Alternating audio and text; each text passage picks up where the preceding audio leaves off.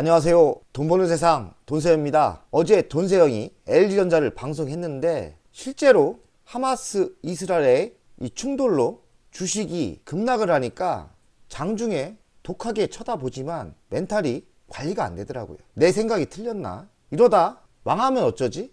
이런 공포가 저만 왔나요? 시장에 대해서 매우 겸손해야겠다 이런 생각을 했고요. 시장이 좋을 때 현금을 더 확보하는 그런 습관을 가져야겠다는 생각도 들었어요. 이렇게 힘들 때 주식이 폭락하고 하락할 때 현금을 만들려고 하지 말고 시장이 좋을 때 현금을 만들고 위험을 준비하는 게 맞지 않나 이런 생각을 28년 하고 있는데 한 번도 제대로 한 적은 없습니다. 20대 중반에 이라크 전쟁할 때 그때는 전쟁 썰이 있어서 그때는 제가 현금을 많이 확보하고 전쟁을 즐겼죠. 그렇게 해야 되는데 이번에는 뭐가 잘못일까 이런 생각을 합니다. 아마도 하마스 이스라엘 전쟁을 예측을 못했던 것 같아요. 우크라이나 전쟁은 그 전에 신호가 좀 왔습니다. 그런 신호가 왔을 때 시장이 그래도 괜찮을 때는 현금 확보를 많이 하는 습관을 가져야 된다고 생각을 했습니다. 우크라이나 전쟁 때 이야기죠.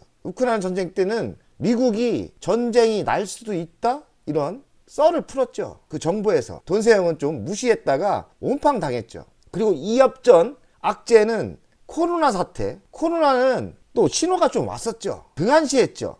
생각보다 크게 번지길래 아주 그냥 똥줄이 탔습니다. 그때는 정말 힘들었어요. 이런 악재나 뭐 왔을 때는 제가 보기에는 발빠르게 현금 확보하는 것도 좋은 습관이라고 생각합니다. 하마스 이스라엘 충돌은 이란이 투입이 되느냐, 이란이 전쟁에 가입하느냐, 그리고 지금 이슈는 이스라엘 지상군이 가자지구에 투입이 되느냐 가장 중요한 포인트라고 생각합니다. 그럼 한국 주식은 바닥이 어디냐? 제가 생각하기는 바닥은 없습니다. 뭔 바닥이 필요합니까? 공포와 악재에 하락을 하면 바닥을 예상하지 못하는 거예요. 제 생각엔 얼마나 폭락할지 아무도 모르지만 그 폭락을 버틸 수 있는 그 힘이 있느냐, 능력이 있느냐 중요하다고 생각합니다. 투자가에겐 위험 관리를 할 수 있느냐, 버틸 수 있느냐 이 싸움인 것 같아요. 그래서 돈세영이 오전에 느낌이 샤해서 SK네트워크스를 전략적으로 매도하려고 했는데 겨우 2,000주 팔았습니다. 그리고 장중에 엄청나게 또 모든 시장이 무너지니까 그때 왜 더 못 팔았을까 이런 아쉬움. 사실 노력을 엄청 했는데 주식을 많이 갖고 있는 사람들에게는 주식을 그렇게 좋은 가격에 파는 게 쉽지는 않더라고요. 돈세영이 SK네트워크스 지금 지속적으로 팔고 있죠. 오늘도 2,000주 팔았습니다. 현금은 1,200만 원 더 확보했죠. 오늘 1,000주에서 1,200만 원 확보했죠. 수익률은 12%, 5%. 많진 않지만 그렇게 생각해요. 현금을 많이 확보하면 위험에 이런 돌발적인 위험이 왔을 때 좀 든든하더라고요. 근데 최근에 LS세미콘에 현금을 모아놨던 2억을 다 질렀지 않습니까? 오늘 또 한 2% 빠지는데 정말 무섭더라고요. 돈세영도 사실 무섭습니다. 아, 하루만 더 버틸걸. 금요일날 질른 게 실수였나 보다 이런 생각을 했어요. 이스라엘 이 충돌에 대한 분위기를 보겠습니다. 바이든이 확전되는 거를 싫어하시나 봅니다. 얘기하는 거 보니까 미국 파병은 불필요하다고 하고요. 가자지구에 재점령하는 거는 큰 실수가 될 것이다. 반대하는 거죠. 이러한 전쟁 고조는 안 될 거다. 그러니까 고조를 막으려고 노력을 최선을 다하려고 하시는 것 같아. 바이든 대통령이 지상군 투입이 되면 바이든은 그것은 큰 실수다. 확전 차단을 위해 미국은 외교전을 지금 펼치고 있습니다. 제가 봐도 잘하고 있는 것 같아요. 이러다 진짜 이란까지 투입되면 골치 아프겠습니다. 돈세영 버틸 수 있나 걱정이 됩니다. 왜 이런 돌발 악재에 2달만 버티면 되는 악재에 이렇게 긴장을 하고 겁이 나는지 다 이유가 있겠죠. 저는 레버리지까지 써서 이런 때는 레버리지가 없는 게 좋은데 레버리지가 너무 부담스럽고 겁이 나네요. 그래서 레버리지를 항상 관리를 하면서 10년 동안 운영을 했습니다. 레버리지를 나름대로 위험 관리를 했는데 이거는 상식을 벗어나는 하락이 있다 보니까 이제는 힘든 정도입니다. 비상금도 더 만들어야겠고 돈세영이 지금 미국 주식 비상금을 만들고 있지 않습니까? 900만 원 됐는데 그것까지 써야 되나? 그런 생각도 좀 했어요. 비상금을 적어도 5억 정도는 만들어야 이런 위험을 관리하지 않나. 지금 방법은 최대한 내가 버틸 수 있는 현금 확보가 중요하다고 생각해요. 확정 우려가 지금 분위기가 주춤합니다. 그리고 국제유가 주춤해. 바이든 분이 한마디 했더니 관망세, 눈치 보기 장세 같아요. 이번 충돌로 인명 피해는 이스라엘 1,400명, 가자지구는 2,670명. 가자지구가 먼저 썬빵 때리고 더 당했죠. 부상은 3,400명, 이스라엘, 가자지구는 9,600명. 다 민간인이겠죠. 납치는 155명이 되겠고요. 지금 제가 알기로는 거의 200명 돼 있는 걸 알고 있어요. 난민은 가자지구 100만이 됐답니다. 그러니까 피해는 하마스가 더 피해를 보고 있는 거예요. 그래서 제가 생각하기는 시간이 좀 지나면 여론도 있고 이스라엘 그 분이 좀 풀릴 것 같아요. 지금 사망도 2배로 거의 늘렸지 않습니까? 거의 2배로 복수를 해줬는데 한 3배 정도 복수하면 화가 줄지 않을까 이런 생각을 해요. 개인적으로 그만 좀 했으면 좋겠습니다. 민간인들이 뭔 죄입니까? 지들끼리 무슨 종교 분쟁이 있는지 그리고 민족들이 뭐가 있는지 모르지만 여기에 피해보는 민간인들이 뭔 죄입니까? 우크라이나도 민간인들이 많은 피해를 봤죠. 이스라엘과 하마스의 충돌로 우크라이나 전쟁은 잊혀지고 있습니다. 어찌 보면 그거는 호재이네요. 이렇게 어떤 시기에 큰 악재는 시간이 지나면 사라집니다. 그 시간이 사라질 때까지 우리는 버텨야 되고 위험 관리를 각자 알아서 해야 됩니다. 이스라엘 하마스 충돌 이후 가자지구 피해, 주거가 많이 피해갔고요. 그리고 교육시설도 피해받고 정수시설도 피해봤다는 거 보니까 이스라엘보다 하마스가 지금 피해가 많다는 결론입니다. 지금 가자지구 지도인데요. 지금 도망갈 때는 여기밖에 없는 것 같아요. 이집트 통로밖에.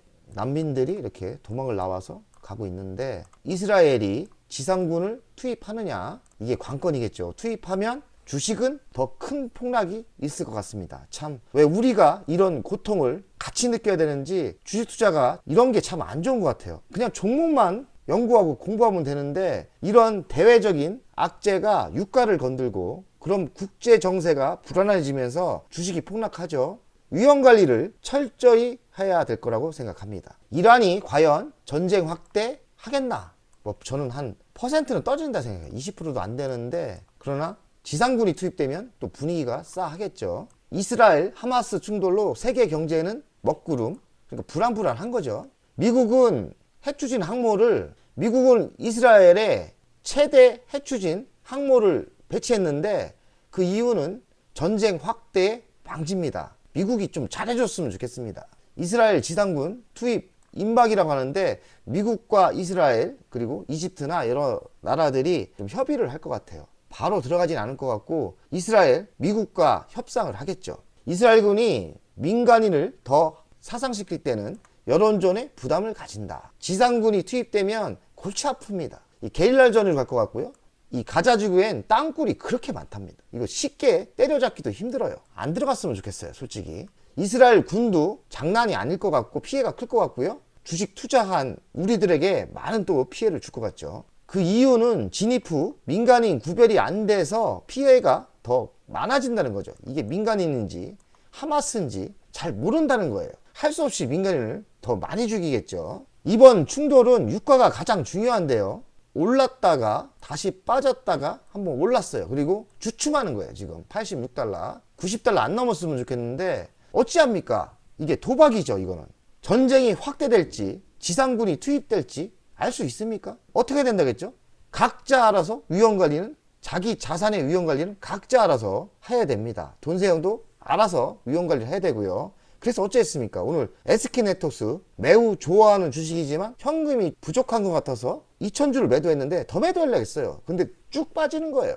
2,000주밖에 매도를 못했습니다. 각자 알아서 현금 관리를 하든지 아니면 현금을 많이 가지고 있는 분들은 이렇게 대외적인 전쟁 이슈로 하락했을 때는 매수하시면 되죠. 저는 너무 일찍 매수해서 더 이상 살 건 없고 혹시 더 확전된다면 지금까지 이익 났던 걸 또 팔아서 현금을 만드는 작전으로 가야겠죠. 이스라엘과 팔레스타인 이 하마스는 원유 생산지가 없어서 영향이 없을 거라고 생각하는데 중요한 건 이란이죠. 이란이 만약에 이 전쟁에 투입이 되면 골치 아파지는 거죠. 90달러 넘고 뭐 150달러까지 간다는데 150달러 간다는 건 이란이 적극적으로 전쟁에 했을 때 150달러는 거고 150달러를 이야기하면 또 겁이 확 나는데 이란이 투입 안 되면 별 영향은 없을 거라고 생각을 합니다. 나스닥 선물인데요. 나스닥 선물은 올랐다 내렸다, 지금 장중에 올랐다 내렸다, 뭐 올랐다 내렸다, 지금 또 변할 수도 있죠. 이스라엘 지상군 투입에 따라 투입을 할 것 같다 안 할 것 같다의 선물이 움직이는 것 같고요. 불확실성 증대와 유가와 나스닥이 불안합니다. 돈세형도 불안해요.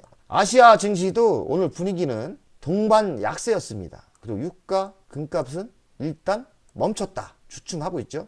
유럽 증시 분위기도 혼조세로 출발했다고 합니다. 또 지금 어떻게 빠질지 모르겠지만 제가 보기에는 눈치 보기 장세다. 저도 눈치 보고 있지 않습니까? 눈치 보고 있는 거예요. 강달러, 원달러 환율이 중요한데요. 어중간합니다. 이렇게 내렸다가 다시 올랐죠. 달러도 강세로 갔다가 약간 꺾이는 주춤한 분위기입니다. 전쟁이 확전되면 이렇게 가겠죠. 그리고 확전되면 더 가겠죠. 그럼 어떻게 됩니까? 대한민국 주식은 빠지겠죠. 그럼 결론은 뭐냐? 위험관리 모드로 가야 된다. 한 2달 정도는 어찌 확전될지 모르니 역사를 보니까 이스라엘은 2달 이상 전쟁을 한 적이 없어요. 그러니 2달 정도면 끝나지 않을까. 그럼 2달 동안만 우리가 이 위험을 버틸 수만 있으면 상관없고, 이 위험 속에 폭락이 왔을 때 반대 매매가 된다든지 레버리지 관리가 안 되면 매우 위험하죠. 그러면 각자 알아서 현금을 확보하든지, 아니면 현금을 많이 확보하신 분은 더 매수해도 돼요. 위험 관리는 각자 알아서 해야 돼요. 돈세형 SK네트워스 오늘 2,000주 팔았죠. 현금은 1,200만 원 확보했고요. 금요일날 현금을 다 쏴서 6,400만 원밖에 현금이 없어요. 위험 관리를 하려면 현금이 더 중요하기 때문에 기회가 된다면 SK네트워스를 좀 더 팔아서 현금을 더 확보할 생각입니다. 수익률이 이때는 중요한 것 같지 않아요. 12%, 4%밖에 못 먹었는데 이익 내고 팔 수 있으니까요. 지금 이번 달 이익은 1,580만 원. 이익금도 중요하지 않은 것 같아요. 이런 위기가 왔을 때는 위기 관리가 중요하다는 생각이 들고요. 위기 관리를 잘하려면 레버리지를 줄이고 현금을 많이 확보하는 그런 작전을 써야겠죠. 금요일날 LX세미콘을 질렀는데 한 1억 8천 질렀는데 실수였는지 아닌지 사실 헷갈립니다.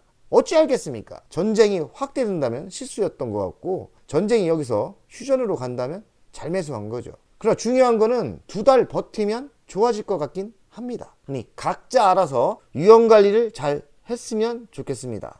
주식시장이 돈을 버는 것도 중요하지만 그보다 더 중요한 거는 살아남는 겁니다. 그러니 위험 관리 모드는 뭡니까? 살아남자 현금을 더 만들던지 매수했나 이런 아쉬움은 있는데 모르죠. 뭐 신밖에 모릅니다. 잘 관리했으면 좋겠습니다. 돈세형 가족 여러분들, 가자!